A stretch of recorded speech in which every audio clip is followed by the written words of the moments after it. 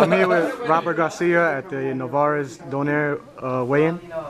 Robert, what can you tell me about maybe a new rivalry that's building up between the Philippines and Mexico? Is it something you can compare to Puerto Rico and Mexico? Is it something that's going in that direction? Especially right now with Manny Pacquiao, beating everybody out there, it has turned out into a big rivalry. Right now I'm wearing the Filipino jacket because I'm with Nonito, of course, and I got to defend them 100% and to the fullest. But then there's other times, last year I was with Margarito against Pacquiao, so it's my job and I love what I do. But there is a rivalry now, and next month everybody's gonna see the third fight between Pacquiao and Marquez, so that has to be a big, it's gonna be a lot of fights in the stands also. Most definitely. Now you just mentioned Margarito, Donaire came up, Mikey Garcia. What are your thoughts when your name comes up as trainer of the year in 2011? We still have to close out the year. It's still early. What do you think about that? I don't even think about it. This is the first time people have even mentioned my name out there. So I don't even know how that works. I don't know who picks, who selects makes the selection. So I have to look into it. If it is, well, good. But if not, it's not like I'm really looking into that. I'm not worried about that. I'm worried about my fighters performing well and doing good and winning their fights. That's all that matters to me. Okay, now you fought all over the country also when you fought as a professional, and now we're on the East Coast here in New York. From a fan's point of view, how does the electricity compare from a fight, let's say at Staples Center or MGM Grand? The days that we've been here with Nonito, it's been really nice. The media, the people have gave them a really good response. We've been here in the East Coast a few times, but this is the first time that I see somebody like Nonito, who's never fought here, bring all that electricity to the city. The media is unbelievably great to him. They've just gave him a good response. So that's good news right there. We're happy about that.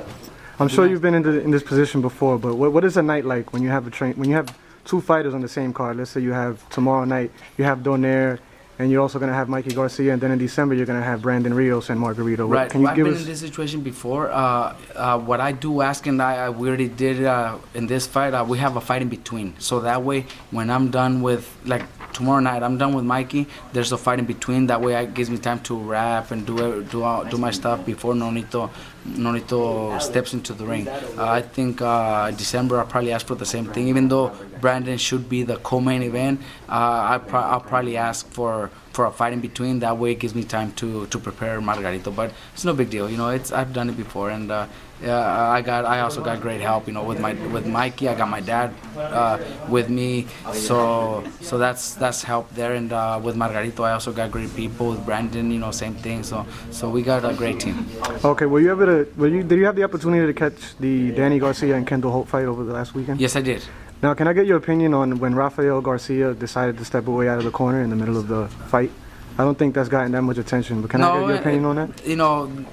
They mentioned it. Nobody's even talking. I haven't heard anything. You're the first one that asked me about it. But when you work in a corner, you stay in the corner and finish up the fight. I think he had plenty of time to go back and do what he had to do. And if he knew that he was going to be in that situation, well, he shouldn't have.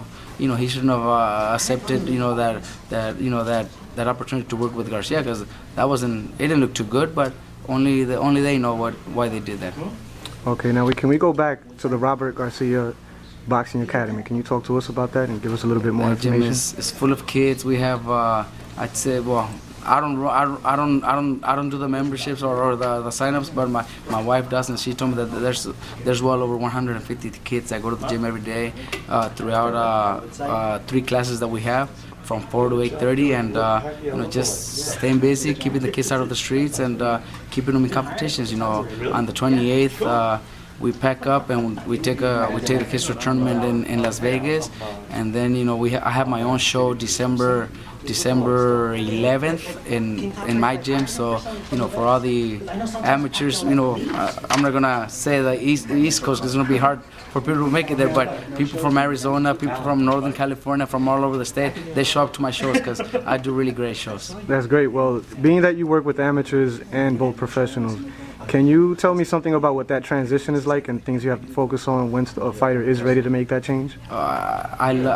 love being here with my professional fighters. I love spending time with them. It's just totally different. We travel, we do so many things, but it doesn't beat what being with all my amateurs. I have 8-year-olds, that are just fun to be around and fun to take to tournaments. It's just a totally different experience. But I love working with kids, so I think that nothing beats that.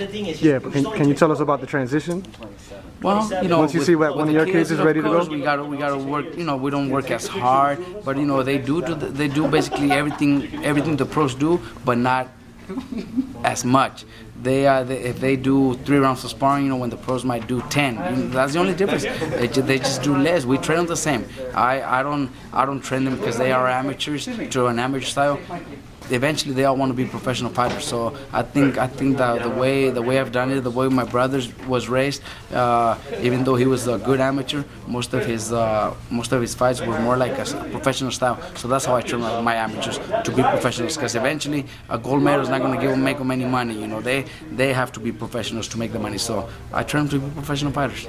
Okay, can you tell us where we can get more information, or maybe visiting your gym or attending that card you have coming up? I'm just starting my webpage. I think it's also on Facebook because my wife does all that. But we're just starting the webpage, which is going to be robertgarciaboxing.com, and it's under construction right now. We're putting pictures up and everything, from the gym, my pros and everything. So I think pretty soon, the next few days, robertgarciaboxing.com. robertgarciaboxing.com. You heard it first. How about the Facebook? Facebook, I believe, is Robert Garcia Boxing Academy. Okay. Yeah. Well, I'd like to thank you very much for your time. Thank you. And the best of luck to you tomorrow night. Thank you.